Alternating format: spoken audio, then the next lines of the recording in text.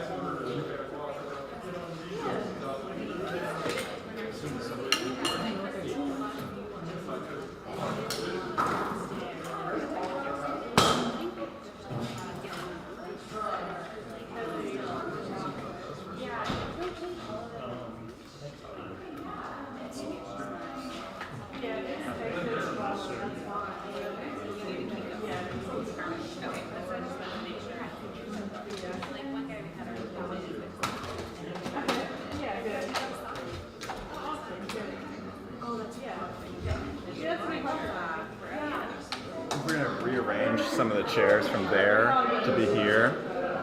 So if y'all want to back up, I think that might help us. Thank you, Frank.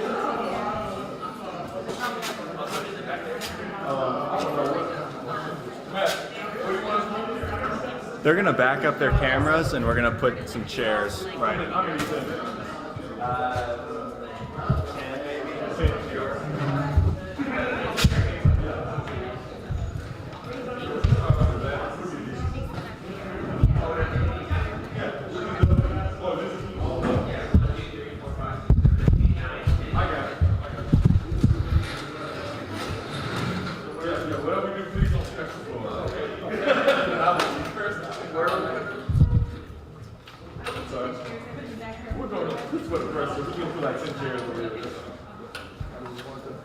Yeah, you guys doing it? If you don't mind, please sign in at the front, please. Thank you.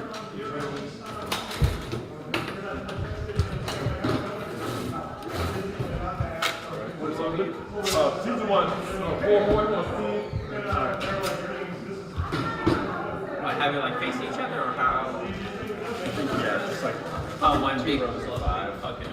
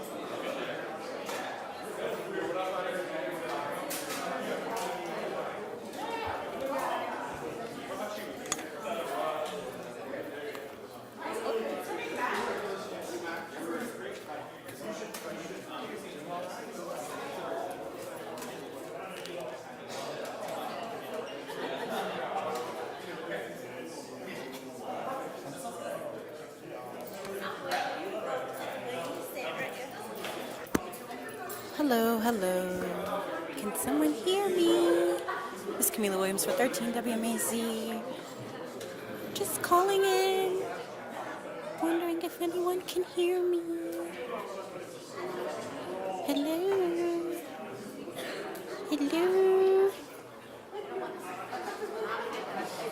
Oh, this is on. Okay. Just want to make sure someone can hear me.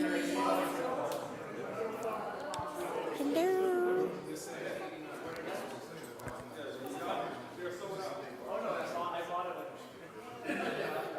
Alright, neither Warnock or Miss Paris are here, but I assume they'll be here shortly. Hopefully. Okay. Hello.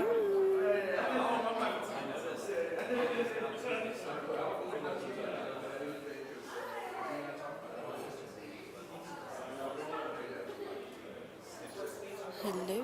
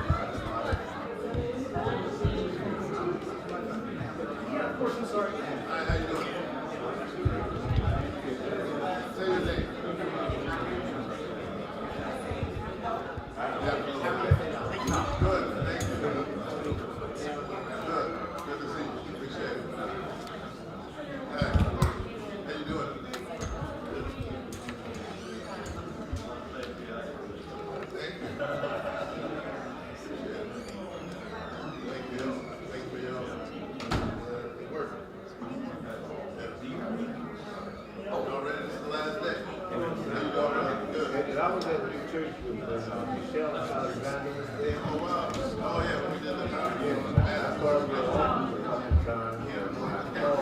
People knew I was. Thank you, man. Good to see you. Hello, everybody. Y'all ready to do this thing? Yeah. All right, all right. Hey, how are you?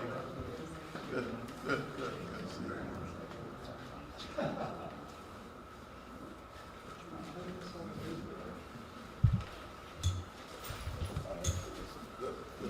Good to see y'all.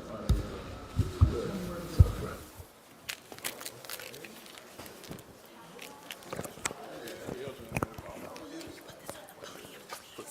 Have me put this on?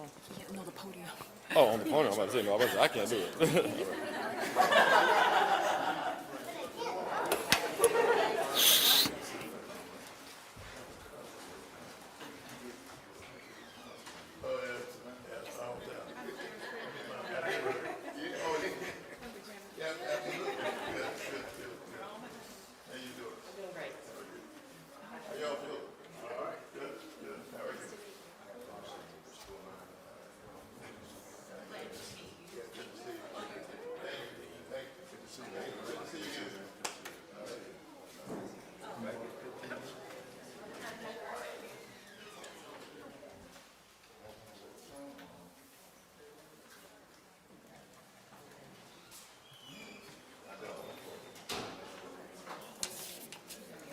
All right, folks, we're going to get started shortly in just a few minutes. Thank you for bearing with us.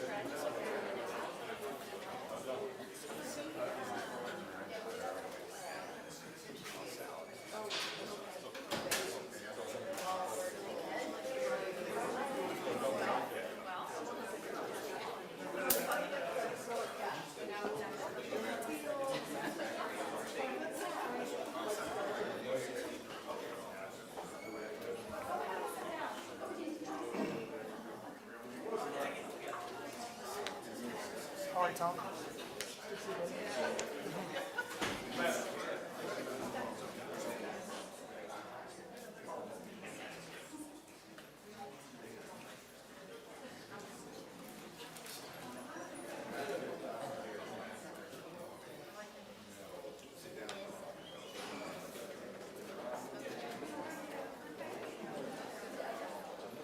That's cool. They'll be coming up the cool part though.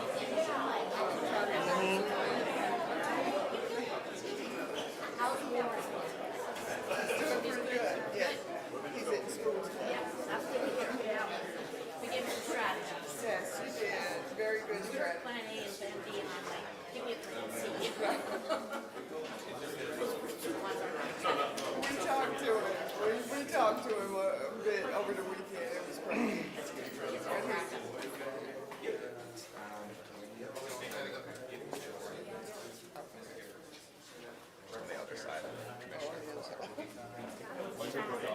Hey, how are you? Okay.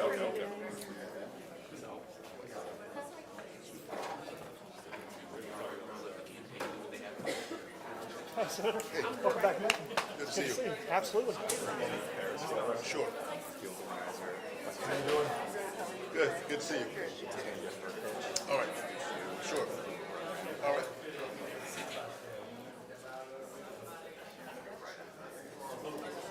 All right, folks, I think we're ready to get started. Welcome. You guys excited? Yeah. Oh, it doesn't sound like you're very excited.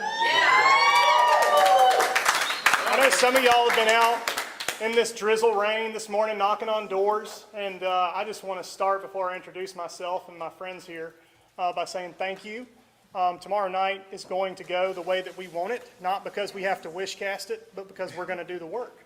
And I know a lot of y'all are out there doing the work, and so I just want to personally thank y'all because it is going to work. And not only are we going to get Vice President Harris and Governor Walz over the line, we're going to get some incredible women in the Georgia General Assembly because of it as well. My name is Seth Clark, and I serve as the Mayor Pro Tempore and County Commissioner for Macon-Bibb County. It's an honor to stand here with some of my colleagues from the County Commission and from the county. Commissioner Stanley Stewart, former school board member Tom Hudson's here. And when I got a call from the Vice President's campaign last night asking me to talk about what we saw in Macon last night, I said, sure. I mean, we can talk about it. There wasn't much to see. It turns out it was not a crowd of 40,000, I think is what the former president said. It was a whimper of crowd, as they tend to be for him. But I did listen to it, and I was listening for a couple of things. I was listening to see what sounded different, because what I heard in Atlanta from the Vice President was a positive message about us. Not about us as Democrats, but us as Georgians. Us as Republicans and Democrats, but as Georgians. And last night I didn't hear any of that.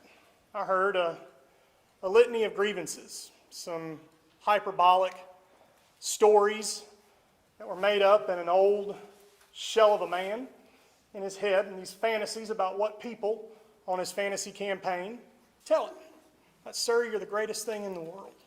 Sir, you're treated worse than Abraham Lincoln, a man who was murdered, assassinated, for trying to keep us together through the most divided time in our history. That's what I heard last night. I didn't hear anyone talk about what they were going to do for you and for us. I didn't hear the former president talk about how we have to make sure that our sisters and our mothers are taken care of and get the life-saving health care that they need, and what he's going to do to make sure that he does that. I didn't hear that. I didn't hear anything about how when your grandparents go to get their medicine and can't afford it, how he's going to fix that. I didn't hear that at all. But I do hear it from folks that were on the stage in Atlanta, from Vice President Harris. I have heard that. And I've heard it from folks who have supported her and stood with her the whole time, like Senator Warnock. And that's the difference. That's what I saw last night. I saw somebody who was not reaching out to all of us, but just some. I saw bitterness in a town where there is not bitterness. Some of the kindest and best people I've ever met in my life live right here in Middle Georgia.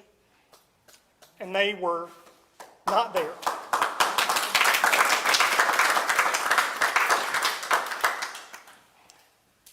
I'm supporting Vice President Harris not because of what I think she's going to do. I don't have to look into the future or guess.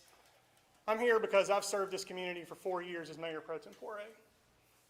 And after the 2020 elections went the way that they did, we were in a whole heap of trouble in this community. Our schools were shut down. Our unemployment was getting close to 50%. Crime was going through the roof, all because of a once-in-a-century pandemic. And we didn't know what to do. And we sent 2 men to the United States Senate. You did. You sent Raphael Warnock and John Ossoff to the United States Senate.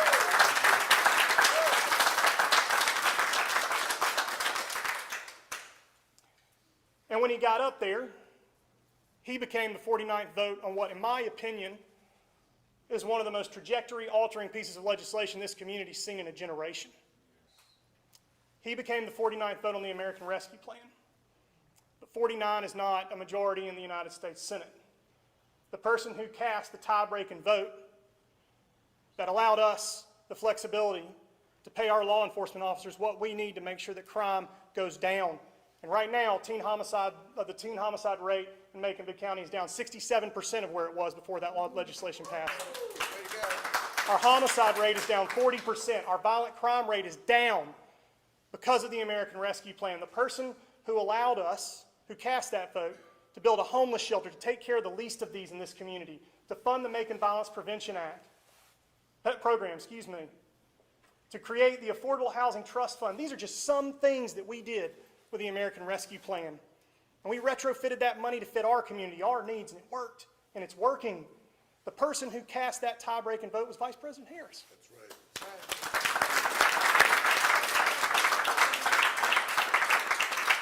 I don't need to look forward to know that she's got you and your brothers and your sisters, whether they're going to vote for her or not, at the front of her mind in her public service. Just like I didn't need to look forward in 2022 when I went and cast my vote to send him back to the United States Senate. I know what he did for us, and that's why we're here today. That vision has impacted who we are as a community. And that vision, or lack thereof, that we saw last night, it's not going to do anything for us, except for make us yell at each other in the comment section on the news sites. That's not healthy. It's not positive, and it's not change. It's not going to make anything, groceries cheaper. It's not going to make health care more accessible. It's not going to restore the rights that our sisters and our mothers have lost. But voting for Vice President Harris and Governor Walz, it will. So that's why I'm here. And that's why I'm here standing with another person of mine, a dear friend of mine, and somebody that I look up to more than most in this community. Representative Miriam Paris knows exactly what.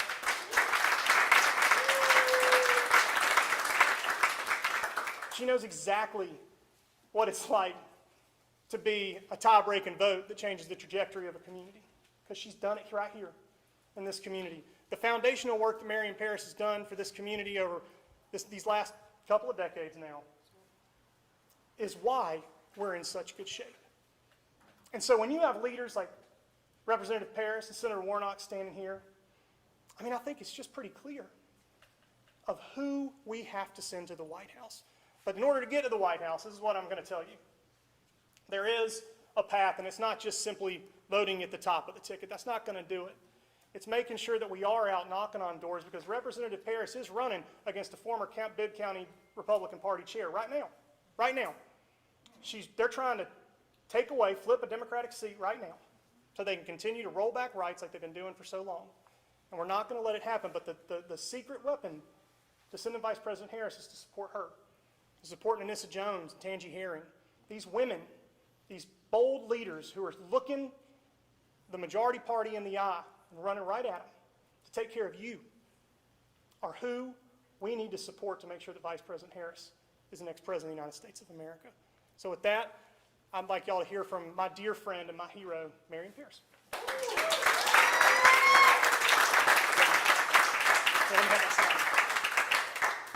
Hey, everybody. I don't know what to say. After Seth gets through talking about me, I feel like my crown is just like, let me straighten this up. Listen, I'm so happy to be here with you all today. I am State Representative Miriam Paris, and I'm here with you in Macon. This is one day before Election Day, and the stakes could not be higher, and I think you all know that. We are in the fight of our lives. Now, you know, some people are saying that this is the most consequential race ever, right? Kind of beg to differ. I think 2020 was it, because I don't think the United States could have withstood 2 consecutive terms of Donald Trump. So it was very important to have President Biden come in, do the work, and now he has passed the baton, and we're ready. Who's fired up and ready to go? We're ready to go. We're ready to go. Now, I'm of course running for re-election, and I'm having to do a lot of double duty, because I know y'all know every time they call, I'm here too. But it's important to know how to multitask, right? That's what we as women, we know how to do that. Men know how to do it too, but you know, we're in the kitchen, we're doing it all. We're doing it all. All right, Vice President Harris offers us a bright vision for our future, one where we are united, and every American has the opportunity not just to get by, but to get ahead.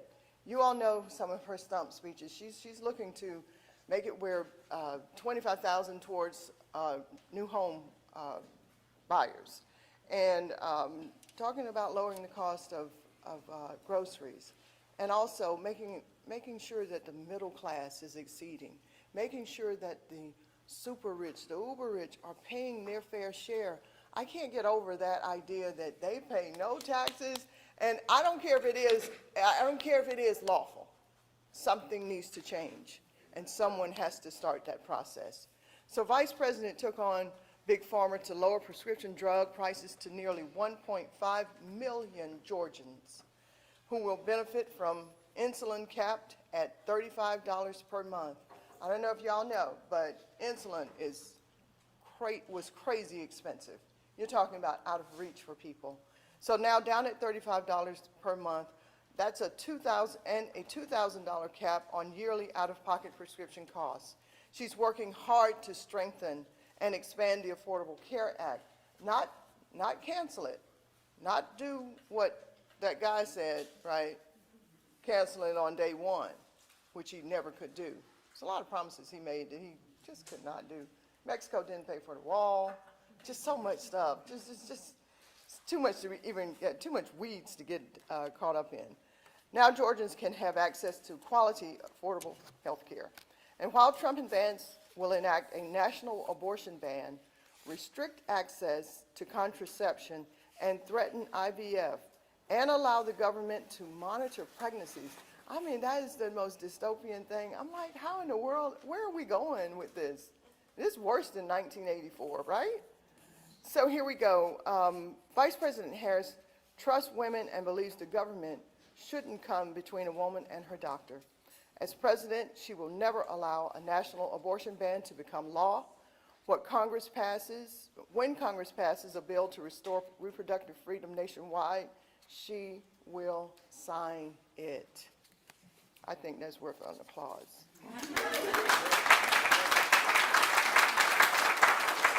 Vice President Harris is helping increase funding for rural hospitals to bring critical care closer to residents. Invested $130 million to train more nurses and physicians who will live and work in rural areas, and expand telehealth options, including right here in Middle Georgia. Those things are so necessary. I think it said, is 89 counties in Georgia have no OBGYN? Can you imagine that? They've got to come all the way to Macon or go to Savannah, go to Athens. This is not the America that we all dreamed of. Trump and J.D. Vance would roll back all of the progress we've made here in the last 4 years in Middle Georgia. And at last night's unhinged and deranged rally, Georgians had a front row seat to Trump's Project 2025 agenda, which will reverse the caps on insulin and other prescription drugs, raising the prices on life-saving medication for Georgians. You know, if they get their way, Georgians will suffer. And that's not just, you know, the other Georgians, that's us, that's all of us. You know, a lot of times people think, oh, well, that's going to happen to somebody else, it's not going to happen to me. No, they're talking about you and me.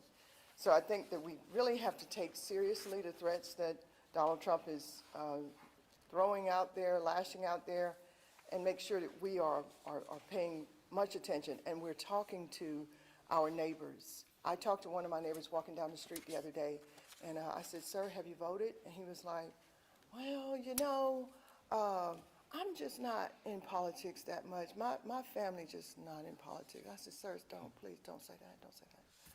I said, you know, what's the line? You may not be into politics, but politics is into you. Like never before now. So he was like, well, I don't know. And so we're standing out in front of my house, and I've got, of course, I have my sign out in front of my house. And I said, well, sir, I need your vote, you know. And he says, wait, that's you? I said, yeah, it's me. It's me. I need your vote. He said, I'm going to make sure I go and vote. I said, okay, so where do you vote? And I told him about his polling location and all of that. So to get to the point, I'm saying this, we're changing minds every day. We're touching people every day. I'm talking to people in the drive-thru. I'm not trying to go to the drive-thru that much. I'm talking to people in grocery stores, clerks, anybody I see that looks like they might not be real interested, you know. And I don't know how I can tell it, but Give me a third eye up here. Yeah, I'm talking to everybody. Anyway, if you haven't already, make your plan to vote now. Tomorrow is the day, Georgia. Polls will be open from 7 a.m. to 7 p.m., and so you got to show up and make your voice heard. Georgia, let's go, right? Okay, now,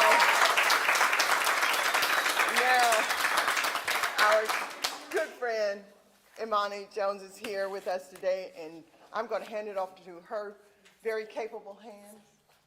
Amani Smith, please excuse me. And she's going to let you all hear what she has to say. Thank you, Amani, for being here today. Hey everyone, how y'all doing today? Well, my name is Amani Smith. I'm the regional organizer. I pretty much run this office. All y'all know me. If you don't, please meet us at this table so we can get to know each other and we can volunteer for the rest of the week, because that's why we are here. But I keep on thinking, what I need to say to introduce you. So all I can think of, I was in my wild area in college. I went to Georgia State University. Then one day I woke up and said I need to go to church. The first church that popped up with Ebenezer, I had a dream of my granddad who passed. And this shows you this goes decades when you instill from generations. He was the first black fireman in Tift County. Everyone knows I'm from Tifton, you know. I had a dream with him that day, and I went to church. He said I was going to have a sign. Every day after church, we always sung, closing out was Sweet, Sweet Spirit, Sweet Heavenly Dove, you know. And that's when I walked in, that was the musicians was playing. It wasn't singing, it was the melody of it. Ever since then, I've been going to church nonstop, and it brought me close to God and my path, and I started organizing. So it comes full circle now. I get to shout out my granddad, introduce the person who brought me back to the church. Wow. Wow. Supporting the first female president of the United States. We're going to say she's winning tomorrow. Yes. So, after we introduce the senator, pastor, doctor, so many words. Nice to say that about a black man. We need to. So please stand up. Everyone stand up. Stand up. And give him a round of applause. Senator Pastor Dr. Raphael Warnock.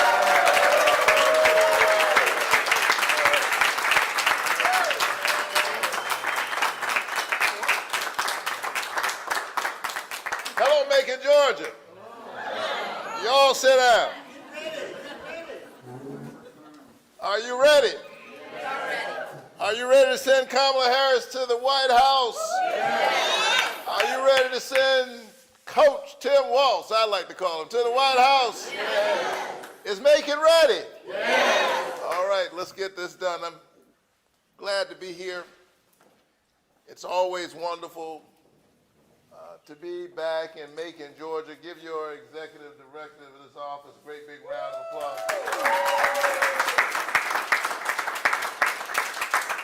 I didn't know I brought her back to church. That's good news. I often say that I'm not a senator who used to be a pastor. I'm a pastor who serves in the Senate. And in fact, I preached yesterday on my way to doing some campaign events. And folks asked me, well, why are you still doing that? How do you manage to lead Ebenezer Baptist Church and serve as a senator? The truth is, I return to my pulpit every Sunday because I don't want to spend all of my time talking to politicians. I'm afraid I might accidentally become one. I like to think of my work as the work of a public servant, and you've got an incredible public servant here in this area in the Mayor Pro Tem Seth Clark. Give him a great big round of applause. And you have another incredible public servant in the person of Miriam Paris, your state representative. Give her a great big round of applause. I have to tell you that I like that name, Miriam. Oh, thank you, sir. I won't, I promise you, I won't preach the sermon, but in the book of Exodus, I'll tell them she was the first one to start dancing. Let's go tell them that. after they crossed the Red Sea, it was Miriam who took out a tambourine and who led the women. And the women started the celebration. In fact, that little thing they call Moses' song, some biblical scholars really believe it was Miriam's song. Moses told you he couldn't really talk. And yet he's got this long song. It probably was borrowed from Miriam. What I'm trying to tell you is the women have been leading us all along, so you might as well get used to it.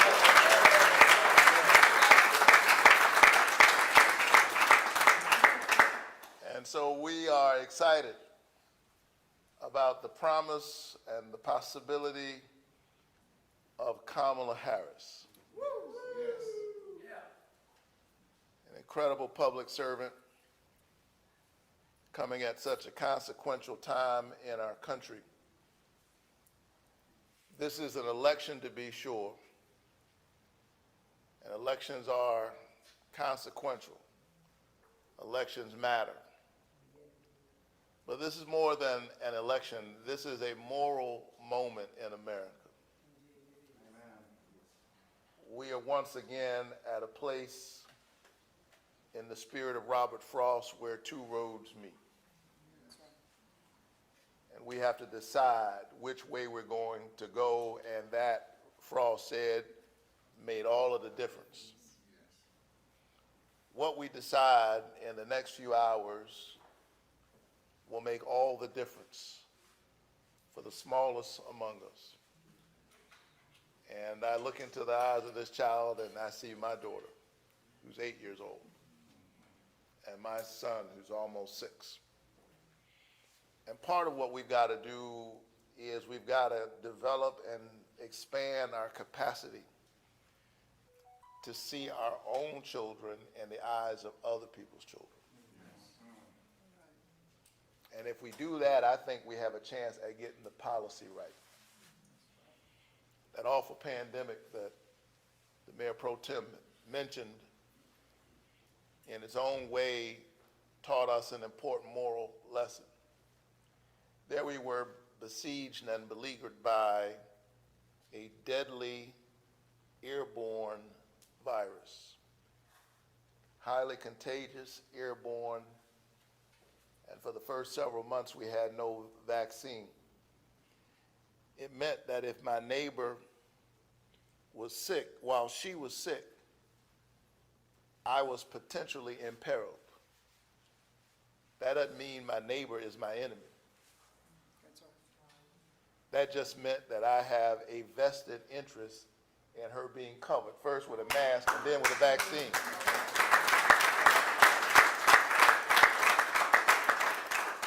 My neighbor's health care was good for my health. Take that and multiply it and let it inform how we think about who we are. I need my neighbor to have health care, but I also need her child to actually have a path towards prosperity. I need that child to be able to maximize his or her best gifts, to get a good quality education, to be able to get through college or vocational school if that's their path, without being overburdened with so much student debt that they have a mortgage before they have a mortgage. I need somebody to be able to pay my Social Security and my Medicare in just a few years. I'm saying in the words of Dr. King that we are tied in a single garment of destiny, caught up in an inescapable network of mutuality. Whatever affects one directly affects all indirectly. The pandemic taught us that we are as close in our humanity as a cough. And that is the vision of Kamala Harris. that is the tone of what we're hearing from her, in stark contrast to the dark and dismal and dystopian vision of American carnage that Donald Trump is still trying to sell us in these closing hours. I don't know about you, but I see a man who's not just running for the White House, he's running from some other trouble. And he's concerned about what this election will mean for him. But I'm focused on what this election means for Macon, Georgia, and for Middle Georgia.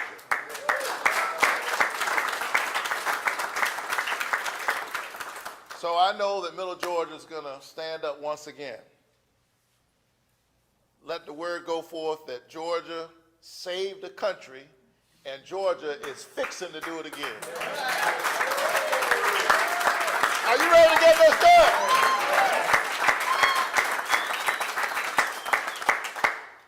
So I'll be brief. Preachers ought to know when they're preaching to the choir. Kamala Harris wants to cut your taxes. We don't say that enough as Democrats, because I think sometimes we get caught up in this fixed view of reality, or someone's imagination of reality that people just automatically take as tacit truth. It's the Democrat who wants to cut your taxes. That's right. Let me say that again. It's the Democrat who wants to cut your taxes. Cut your taxes.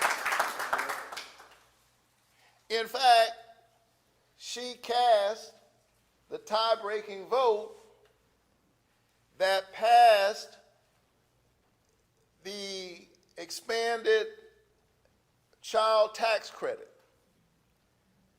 And that child tax credit helped so many American families that it is the single largest tax cut for middle and working class families in American history.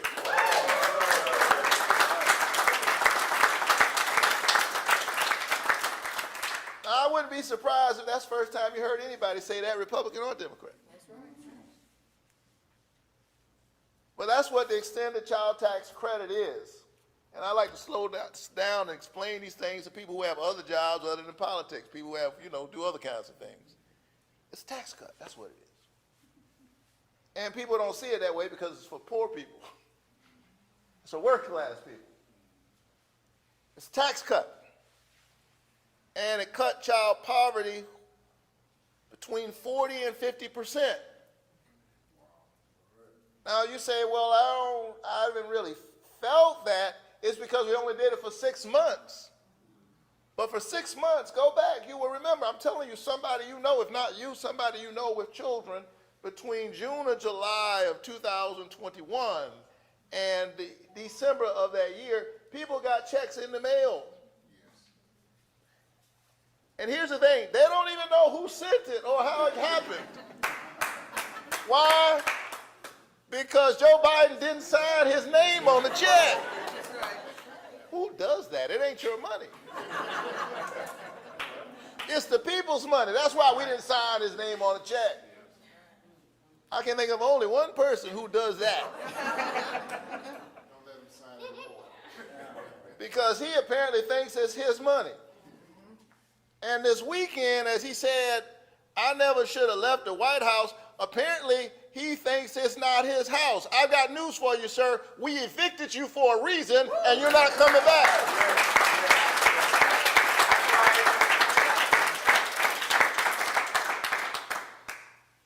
So,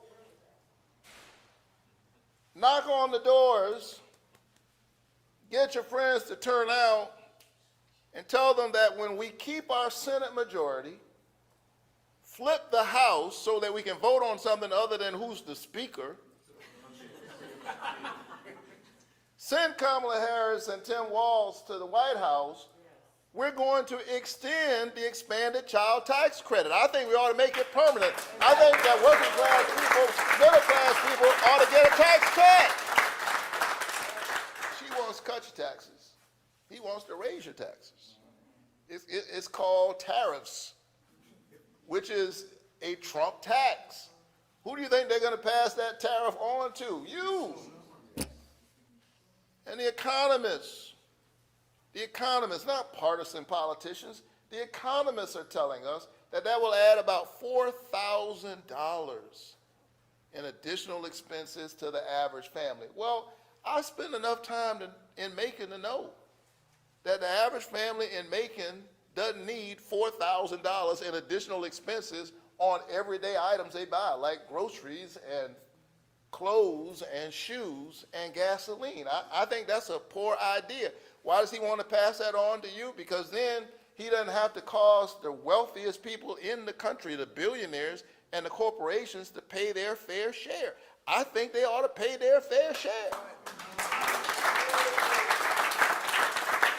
So don't let anybody play the okey doke on you. This is not about who wants a tax cut and who doesn't. This race is about who should get a tax cut. That's what this race is about. So we've got a candidate who's got a plan, who centers ordinary people, middle-class people. We've got a candidate who wants to do something about the housing crisis that has been going on for decades, not just this cycle. And part of what she understands is that we've got to address some of this on the supply side. There's not enough housing. There are too many restrictions. There are things that we're doing to frustrate our best chances of dealing with this housing crisis. And so she's got a plan to bring on about 3 million new housing units into the market, which will drive down the cost of rent, drive down the cost of a mortgage, and allow us to address this housing issue. And then, yeah, that's a good place to clap. She wants to strengthen businesses, small businesses, the backbone of our economy. And finally, she wants to support a woman's right to choose. So let me say that I get some grief and pushback as a pastor who is pro-choice. And people ask, how do you square those two things as if they are incongruous? I'm not pro-choice in spite of being a pastor. I'm a pro-choice pastor.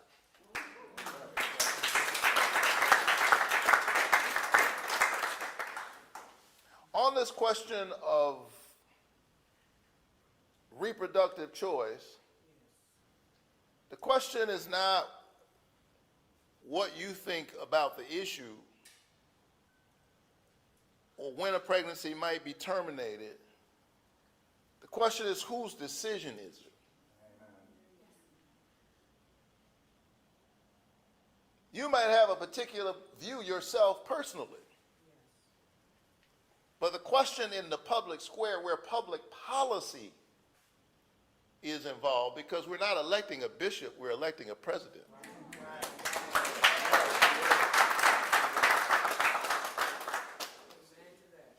The question is, whose decision is it in a pluralistic democracy where people of faith live alongside other people of moral courage who may not claim a faith tradition or have a different faith tradition or may have the same faith tradition as you, but believe it or not, have a different view on this issue? Whose decision is it? And we are learning in real time, I think in a way that we didn't clearly see before because of what they did with Roe v. Wade. We're learning in real time that the medicine is more complicated than the politics. Right? Women and doctors face these issues every single day with a whole range of scenarios that you cannot encapsulate and put into a political slogan or an either-or box. Imagine that. Life is a little bit more complicated than that. Imagine that. And so we're learning that in real time, and tragically, her name is Amber Thurman, a young mother who should be alive today. But because of Donald Trump and because of Brian Kemp, She found herself in a hospital and she needed a basic procedure that all the women in this room and a lot of their partners know about called a DNC.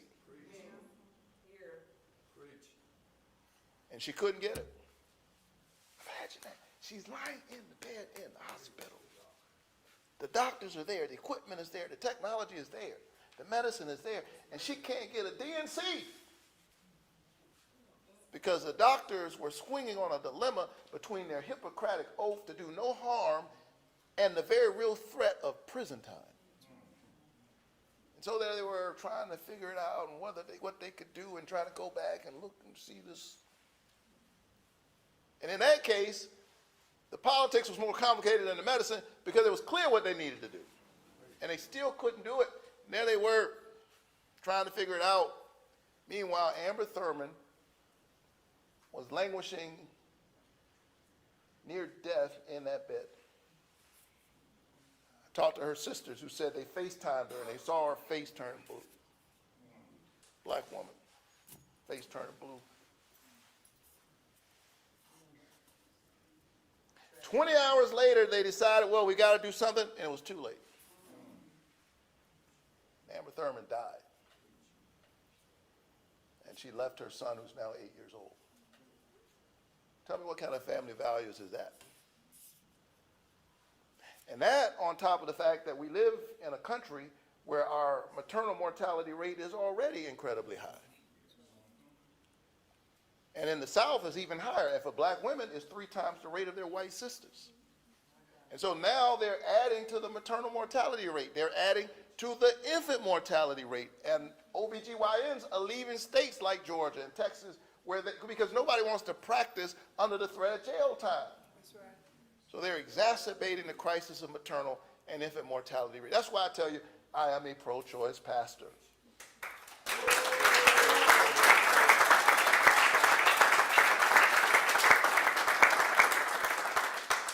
Because a patient's room is too narrow and cramped a space for a woman, her doctor, and the United States government. That's too many people in the room. And so Donald Trump said this is a beautiful thing. Tell that to Amber Thurman's family. I don't think it's a beautiful thing. But I think it will be a beautiful thing when we send him packing and get him off the stage.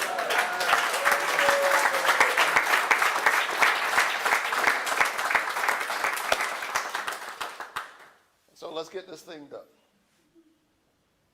For the sake of all of our children, let's get this thing done. And don't sleep, because we have seen record voter turnout. But be very clear, Middle Georgia, be clear, Macon, Georgia. Even though we've seen historic early vote turnout, this election will be decided tomorrow. It will be determined on the basis of who turns out and who does not tomorrow. And so vote like your lives depend on it, because they actually do.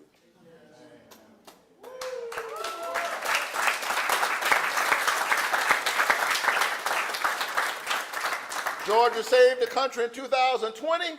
Georgia saved the country in 2021. Georgia saved the country in 2022. And Georgia's getting ready to do it again.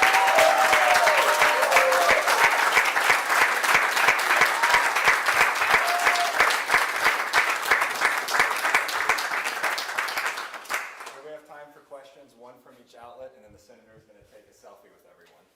So, as a crowd.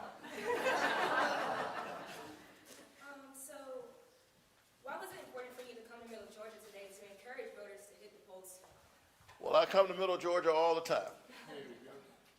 In fact, I've been coming through Macon since I was an 18-year-old freshman at Morehouse College. Always a drop in Macon on my way up to college. But it's special in this area. I know that Middle Georgia understands what's at stake. So we've got to turn our people out. We have seen record voter turnout, but the outcome of this race will be determined tomorrow. So if you haven't made a plan to vote, make a plan. Get in those lines. Stay in the lines. Don't let anybody dissuade you. Go to iwillvote.com /GA. Find out where your polling station is and make sure that everybody in your circle votes. We need women to show out and show up, and women have been doing that in historic records because they see what's at stake. But we need men, their partners, and others to show up. And if they won't show up, tell them it's going to be a cold winter if you don't show up and vote. But there's a lot on the line, and I believe in Middle Georgia. Senator,